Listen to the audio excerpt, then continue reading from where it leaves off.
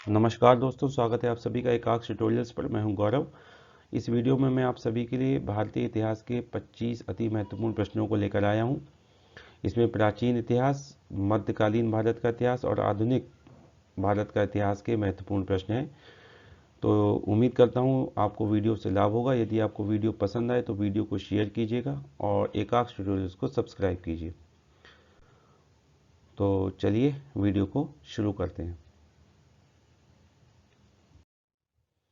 पहला प्रश्न है, कर्पूर मंजरी की रचना किसने की? तो इसकी रचना की है राजशेखर ने। ठीक है, ये गुर्जर प्रतिहार वंश के राज कवि हुआ करते थे। ठीक है। क्वेश्चन नंबर 2, वृहद जातक की रचना किसने की? तो वृहद जातक की रचना वराहमिहिर ने की। और वराहमिहिर की एक और रचना है वृहत संहिता।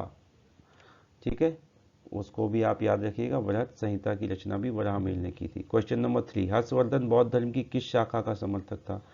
तो बौद्ध धर्म की दो शाखाएं थी, महायान और हीनयान। तो हर्षवर्धन जो था वो महायान शाखा का समर्थक था। ठीक है, अगला प्रश्न देखते हैं। क्वेश्चन नंबर 4, उत्तर मीमांसा दर्शन के प्रवर्तक कौन थे? तो इसके प्रवर्तक थे या इसके संस्थापक जो थे वो थे बादरायण। ठीक है। क्वेश्चन नंबर 5, मूर्ति पूजा का आरंभ किस काल में हुआ? तो देखिए, मूर्ति पूजा का आरंभ उत्तर वैदिक काल में हुआ, लेकिन कुछ पुस्तकों में ये दिया हुआ है कि पूर्व आर्य अर्थात सिंधु सभ्यता में भी मूर्ति पूजा प्रचलित थी। ठीक है, तो ये भी उसी का एक आगे चलकर उत्तर वैदिक काल जो था सिंधु सभ्यता के बाद, तो वहाँ पर भी मूर्ति पूजा का जो साक्ष्य हैं वो मूर्ति पूजा के मिलते हैं। ठीक है, उत्तर वैदिक काल में। क्वेश्चन नंबर 6, महाकश्यप किस बौद्ध संगीति के अध्यक्ष थे? तो यह प्रथम बौद्ध संगीति के अध्यक्ष थे महाकश्यप। ठीक है। देखिए फ्रेंड्स, यदि किसी प्रश्न के उत्तर में कोई त्रुटि आपको नजर आती है तो प्लीज़ आप बताइएगा सही उत्तर, जिससे हम की वीडियो में उस प्रश्न के उत्तर को करेक्ट कर सकें। ठीक है। क्वेश्चन नंबर 7, 1857 ईस्वी के विद्रोह के दौरान भारत का गवर्नर जनरल कौन था? तो इसका सही उत्तर है लॉर्ड कैनिंग। कौन था उस समय जो governor general? Lord Canning. Question number 8, Vasco da Gama का कालीकट पहुंचने पर किसने स्वागत किया? किसके द्वारा स्वागत किया गया वास्को डिगामा का? तो जमोरिन के द्वारा स्वागत किया गया। किसके द्वारा? जमोरिन। क्वेश्चन नंबर 9, ब्रिटेन की संसद में सदस्य बनने वाले प्रथम भारतीय कौन थे? तो ये थे दादा भाई नौरोजी। ठीक है, अगला प्रश्न देखते हैं। क्वेश्चन नंबर 10, भारत में तुर्क साम्राज्य की स्थापना किसने की? तो भारत में तुर्क साम्राज्य की स्थापना मोहम्मद गौरी ने की। ठीक है। क्वेश्चन नंबर 11, चंदावर का युद्ध कब हुआ था, वह किन के बीच हुआ? तो यह 1194 ईस्वी में मोहम्मद गौरी एवं जयचंद के बीच हुआ। ठीक है, मोहम्मद गौरी एवं जयचंद। इसमें जयचंद की हार हुई थी। ठीक है, किसकी हार हुई? जयचंद की।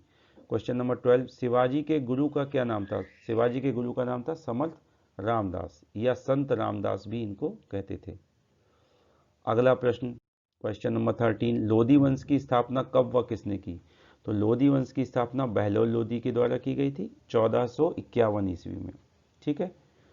क्वेश्चन नंबर 14, किस युद्ध को भारत में अंग्रेजी ईस्ट इंडिया कंपनी की निर्णायक सफलता के रूप में जाना जाता है? तो वह युद्ध है बक्सर का युद्ध। अक्टूबर 1764 ईस्वी में यह हुआ था। इसमें अंग्रेजों को भारत में ईस्ट इंडिया कंपनी को स्थापित करने का अर्थ है कि उनको व्यापार करने में जो है सुगमता हुई, और ये अपना जो शासन है उसको विभिन्न भारत के विभिन्न क्षेत्रों में उसको आगे बढ़ाने में, फैलाने में उनको जो है वो सफलता प्राप्त हुई। क्वेश्चन नंबर 15, सर्वाधिक समय तक भारत का वायसराय कौन रहा? तो इसका आंसर है लॉर्ड लिनलिथगो। लॉर्ड लिनलिथगो जो थे वो 1936 ईस्वी से 1944 ईस्वी तक भारत के वायसराय रहे। कहीं कहीं पर लॉर्ड कर्जन का नाम भी दिया जाता है, लेकिन वो लगभग 7 वर्ष तक रहे थे। तो यदि आपको इसका सही उत्तर लगता है कि कुछ और है तो आप जो है उसमें देख करके बताइएगा कि क्या है। मेरे अनुसार लॉर्ड लिनलिथगो ही सही आंसर होना चाहिए, लॉर्ड लिनलिथगो। ठीक है। Question number 16, vernacular press act किस वायसराय के काल में पास हुआ? तो ये लॉर्ड लिटन के काल में पास हुआ। किसके कार्यकाल में? लॉर्ड लिटन, 1878 ईस्वी में। ठीक है।